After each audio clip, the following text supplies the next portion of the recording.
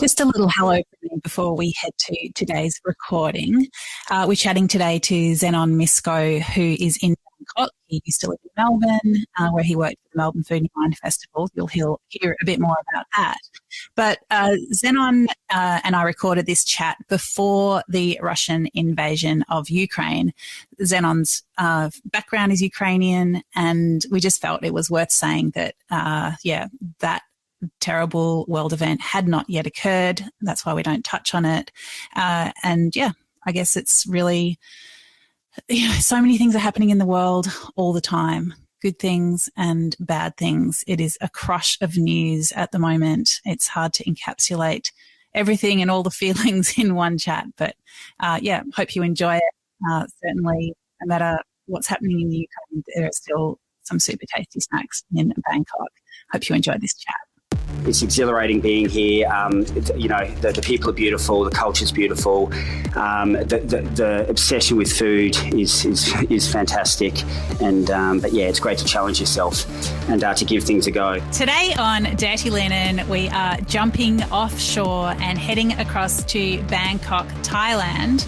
We're talking to Zenon Misko, who I've known for many years because he's worked for the Melbourne Food and Wine Festival, but we find him today far from home. Welcome to Zenon to Dirty Linen. Thank you, Dani. Thank you for having me. Great to be here. It's so lovely to have you on the show. It was always such a pleasure to connect with you around the Melbourne Food and Wine Festival, and then suddenly you skipped off overseas. Tell us what's happened. Why are you in Thailand? I did skip off, and it might have been abruptly to some, but no, it was. I've moved to Bangkok, and I've been here about 7 months with my wife and now 1-year-old, little Yuri Cumulus Misko. We are living in Bangkok, and we picked up and moved in the middle of a pandemic, and sort of challenging, but we've loved it. Why did I do it? Why did we do it? I'd always wanted to live in Bangkok for say 20 or 25 years. I've just had a connection with it. I've been coming here to Thailand and Bangkok for many years, but at the end of the day, why did we do it? I'm food obsessed, and I've always wanted to live in Bangkok. I think the food obsession and dedication to food and love of it is phenomenal. So that was part of it. And I'm a map person. I'm a city person in terms of getting to know streets and laneways, and whether it's a control freak thing or whether it's an OCD thing, I've always liked to, hate to use the word conquer, but get to know cities really well. And Bangkok throws up one of the great challenges of a city and getting to know the streets. You can't get to know them all. It's impossible. It is impossible. But I'm getting there and sort of loving it. So that's it in a nutshell. But it's I can tell you, culture shock's a good thing. Change is a good thing. It hasn't been easy. We've shed a few tears, but we're very glad we've done it, and it's great to challenge yourself in life. So very different to Melbourne, but we're doing it. Wow, I'm so impressed, and that's such a great answer.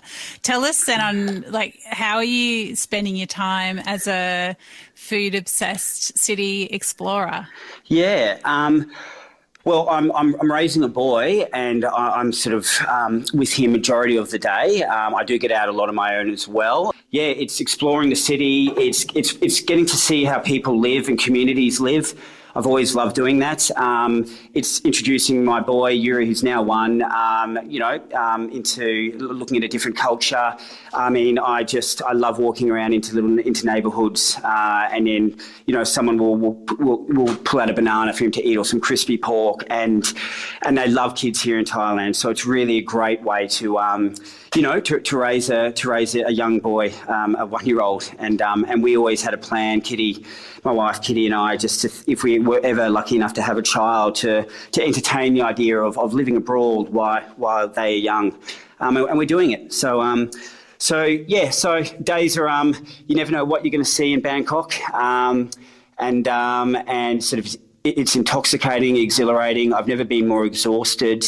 But as I said, we're doing it and sort of loving it as well. Zenon, is it possible?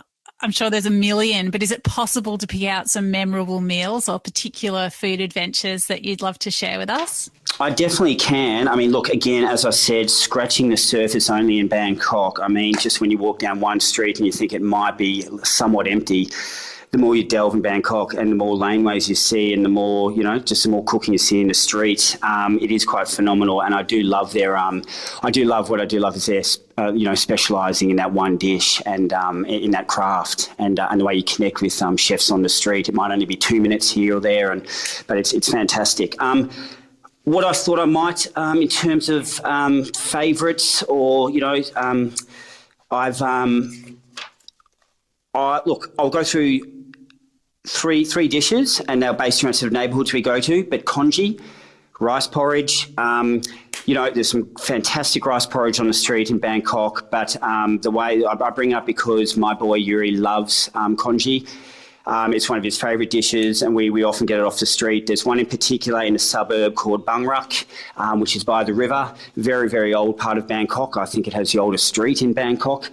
And there's a place called Jock Prince, which is it makes a wonderful congee, but it's very, very smoky, and it has beautiful pork balls that are made with love and century egg and all of that. But we often cross town, whether it be on a Sky train or in traffic, just to get over there, and they make it for him. They know that he loves it. I mean, they don't make it for him, but they serve him a plain version of it, and so that brings a smile to my mouth, and we love it. So that's one dish. Again, there's a beautiful neighbourhood called Udom Suk. It's in the eastern part of Bangkok, which I've been exploring. So crispy pork, hand-rolled rice noodle soup. It's just a beautiful dish that I've discovered in Udom Suk.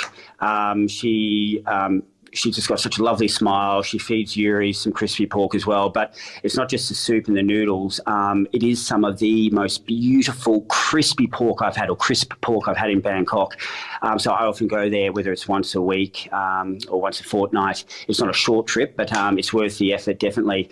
So that's one highlight. And then I've got to say, we've fallen in love with mango sticky rice.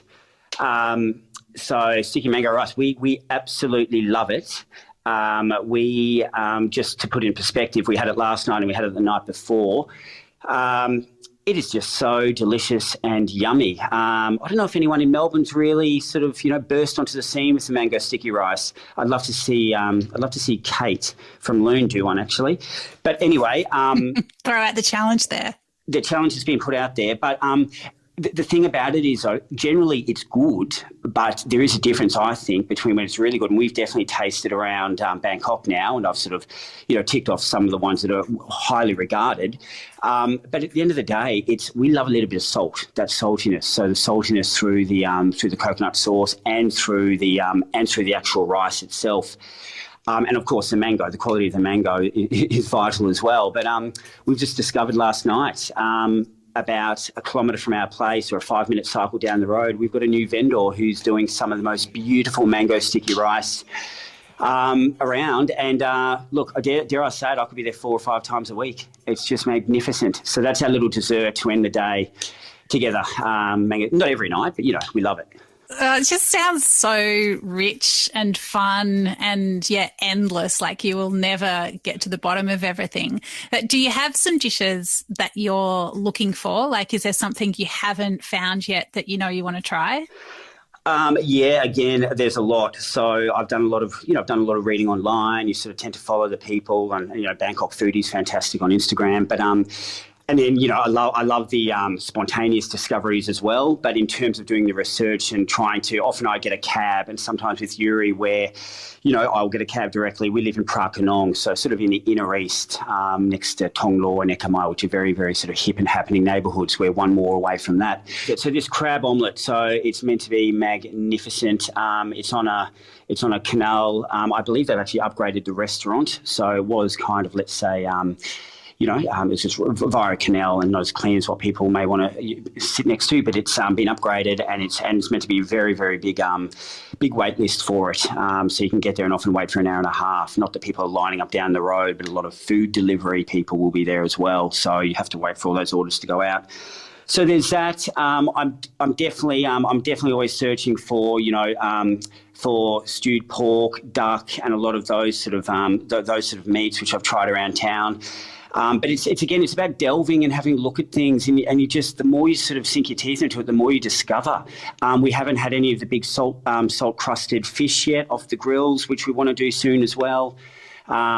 This morning I just went for a little walk with Yuri just around our corner, and I got some pandanus-infused sticky rice for breakfast, and for him with some essentially pork jerky.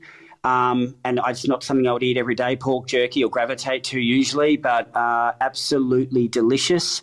So it's actually taking the time to actually look at all the people and what they're making, and you just never know what you will discover. So yeah. That's amazing, Zenon. I'm so missing travelling, that just to hear about these little adventures is making me really hungry and excited. How are you going with the language? Like, are you able to communicate in Thai at all? I knew this would come. Look, again, I'm going to say basics. I do want to learn more. I want to respect the culture. We've got the little things like, go left, go right. Key dollar figures. Having your coffee warm. Yuri smiles a lot, and everybody, like, he does actually smile at a lot of people, and they love him. But he, so you say yim for smile. But so just those sort of little basics, directional things. Different foods, obviously. But want to get better and better at it, and very conscious of it, and respecting the culture, and knowing that it's my problem if I can't communicate clearly and effectively. But I suppose you've always got Google Translator as well, which does have a big impact as well. So yeah. Yeah, and I mean, I think a lot of people would imagine it's having a small child, who has their own needs and rhythms would be an impediment to exploring a city. But it sounds like you're finding Yuri is a great icebreaker. Talk to me when I've got home after being out for 4 hours with him, holding 5 or so shopping bags, having been on the bus in 40-degree heat and pollution, and then getting home, and I dare say I'm in need of a seat and a little bit stressed, but that's completely my doing. I do push the envelope a little bit, getting better at bringing it back and honing in on one thing at a time, or maybe two. I've discovered a play centre, which I didn't think I'd be a play centre guy, but it is a brilliant play centre called Kizuna in Bangkok. A lot of the expats love it here. It's just an adventure land, and even a 1-year-old can just get in there, and the look of wonder on his face when he first came in and said, "What is this?" And then he just went off to explore and crawl and explore all the lands in there. So look, I'm aiming to do that once a week, not 5 times a week. But in terms of Yuri and having kids, I mean, Thailand is an amazing place to travel with little ones. They love kids. They take it to another level. Like, I'm not joking. I can't walk with Yuri and not say hi to, let's say, 20, 30, 40 people, even a short 10-minute walk. They all want to wave. They want to wave, they want to smile with him, they want to talk with him. I mean, they want to touch him, which I'm really open to, but conscious of the world we live in at the moment. But generally people are safe, everybody wears a mask. But it's a great place for travelling with him. And I want him to see everything. I don't want for it to be sugar-coated. There are rats on the street, there are smelly canals, there are very disadvantaged people in the streets. I want him to, embrace and see all of it. And that's sort of part of the reason we're here. But yeah, very, very child friendly, and he's starting to eat really well. He's loving his sticky rice, his congee, his tropical fruits. He's a papaya boy, even ahead of mango, which he loves, but papaya, and he's moving on to he loves his chicken and pork, and so it's a great city and country to be in with him, and especially with all the beaches on the doorstep as well. There, we've been lucky enough to spend a month or so on the islands, and he's just loved the sand, as have we, and the beach. I mean, you must have such an interesting perspective on Melbourne, and with the Melbourne Food and Wine Festival, after a couple of incredibly difficult years, getting up an amazing program, which is on sale and in large part already sold out. What's it like? What's your perspective on Melbourne at the moment? Well, incredibly proud of the team, just to bring it back to Melbourne Food and Wine Festival, to get that program up. It's exciting. And just I know, and having been a part of the last couple of years now, and being away from for about half a year now, away from Melbourne Food and Wine, just the effort I know that everybody's gone through, and the whole industry, and Victorians and Australians, but to go through and to get that program up and the amount of admin, just so proud of the team. And it's a magnificent, diverse program, great international flavour, but then brilliant, really great local focus as well, which it should be, which is, I think, the most important part. I'm not happy with the creative director, Pat Nurse, and I'll let him know that in the year that I've left, he's been able to secure Ukrainian, me being Ukrainian in the program for the first time, to my knowledge. So I'm hoping my mum and family can get to that event to see Olya. But that aside, Melbourne, look, having been part of the bulk of the lockdowns and all of that, and having seen, the work you've done, Dani, magnificent. Look, I mean, I've got to admit, when you go abroad, you tend to see some more of the bleaker pictures of sort of centre place and some of the laneways looking really bleak, and it hits home a little bit more than the resilience and the positivity that you get. Every time I spoke to people, and how resilient they were, and I just couldn't believe it. Even though I know we've had some very sad closing of restaurants, and I know how bleak it is, and will continue to be. But that aside, I'm buoyed by your recent post, Dani, which we're talking about how Melbourne does seem re-energised. I've been talking to family and friends who have been hopping around. One friend, I think, went from Balarenya to a pocket for dessert last weekend, and they were re-energised and feeling great. So I really hope it just continues, and I hope Melbourne Food and Wine, they really deserve a clear run at the festival where they can deliver what they set out to. And what I hope is, apart from the key messaging that Melbourne and people in hospitality and you, Dani, and Melbourne Food and Wine, are taking away the serious side of sort of food and sustainability. And I just hope people can actually just bring back the joy as well. And when I was going to the festival prior to working there 15 years ago, when I was attending events, or even when I did a little bit of part-time work, the joy of being around people, being around chefs, around winemakers, around internationals, but that joy where you actually get a bit goosebumpy and you just get pumped up and excited. I just want that to come back, where it's just the look of wonder on people's faces to go, this is fun. So look, it's pretty obvious that's what you're after, but that's what I hope can come back with the 2022, the 30th year as well, aren't we? Yeah, that's right. It's an incredible milestone, and I mean, it's so well said, Zenon. I honestly feel that even now more than ever, I think people are ready to feel that joy, and it can sweep over you, sweep you up, and just envelop, encompass and fill you all at the same time, because it is so special to be able to gather with other people around, food and wine experiences. I think Melbourne certainly, Melbourne has certainly not lost that. I think Melbourne's going to have even more capacity for it. So certainly it's, there's still a lot of hardship and difficulty and challenges, but I think we know that the feeling is there, and it'll carry us a long way. Yeah, well said. And I just wanted to point out just another side of the program, which was very dear to me, being lucky enough to work on it for a couple of years. But and I wanted to congratulate you, Dani, for being named a Melbourne Food and Wine Festival legend. So, which is a wonderful achievement and very well deserved. But yeah, thanks, Zenon. No, yes. We can cut that out. But yeah, okay. No, but thank you. But the Legends program is and Rising Stars program. It's a really important, wonderful part of Melbourne Food and Wine Festival, which everything evolves and changes in life. It just does. And I just hope that side of the program, and it's been, beautifully steered by Jill DePlay over many years and others. But I just hope that side of the program continues. And having said, it's a very special part of the program, and to honour those that have done so much and will continue to do things for the industry. Absolutely. It's funny to think about you, talking about that and, things so much about, but to think that, if you stepped out of your door now, you'd be in a steamy Bangkok street and you could just wander around and get some incredible crisp pork and some mango sticky rice. I just love thinking about that contrast.